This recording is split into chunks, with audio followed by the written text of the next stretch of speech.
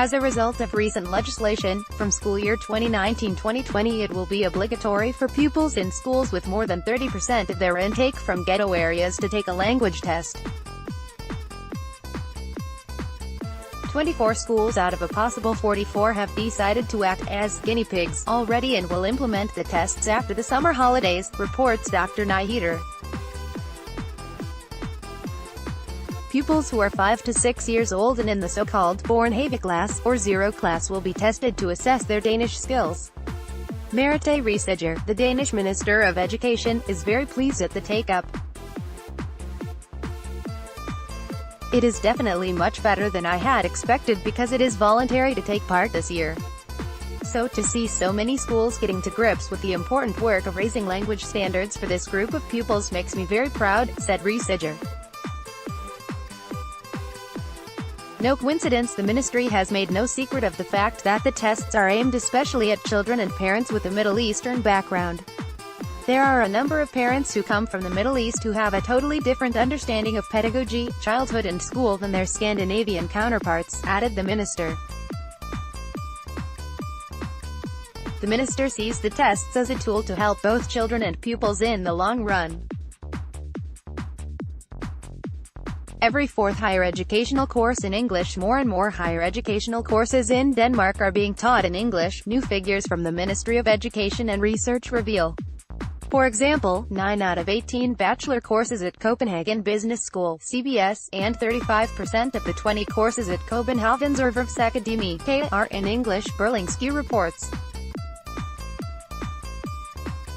In 2018 there were 399 English language courses offered by Danish educational institutions comprising 28% of the total of 1,419 courses. CBS sees the trend as a natural one because students are being educated to take their place in a global world, with job opportunities in international businesses. Blaming June, indeed. June 2018 is on course to be the warmest in 26 years, and with only 3 days to go, could reach an average of 16.5 degrees, reports weather forecaster DMI. The month started out warmly on the back of an exceptional May.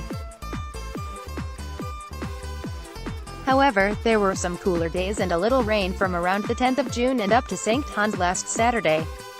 However, since then the temperature has been on the rise again and DMI expects the summer weather to continue into July. The record for June temperatures is 18.2 degrees, set back in 1889. If the prognosis of 16.5 degrees holds, it will be the 6th warmest June since records began in 1874.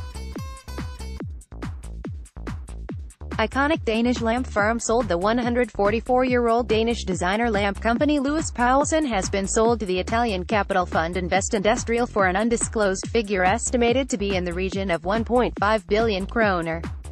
As a result of the sale, the Italian investors will be getting Danish design icons such as PH lamps, Arne Jacobsen designs such as the Cone, Snowball and Werner Panton's Panthella.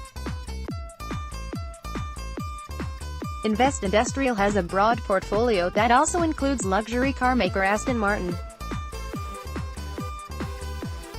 We're getting a fantastic new owner that already has several luxury brands in its portfolio with the same characteristics as us. We want to grow and they've done it before for other companies, so it's a good match, Soren Myggen Eskildsen, administrative director of Louis Paulsen told Berlingske Business. Norway sells out SAS shares. The Norwegian state has announced that it has sold all its 37.8 million shares in SAS to institutional investors for 17.25 Swedish kroner per share. This comprises almost 10% of the total amount of SAS shares, reports BT, and Norway has earned around 450 million Danish kroner from the sale. The government has made it clear that, in the long run, the state should not own parts of SAS, said Norway's business minister Torbjørn Røe Isaksen. With Norway's major stake removed, the company could become more flexible in terms of decision-making and, in that way, more competitive. Save the last dance for me. Damhuskroon, the famous dance restaurant on Rådhusdamhusen, has been put up for sale for 25 million kroner, reports Rådhuslocal NYT. The inn is famous for its enkballer, singles nights, and is at present owned by businessman Niels Lawrenson and Bakken singer Dot Westman and her ex-husband Tommy Westman.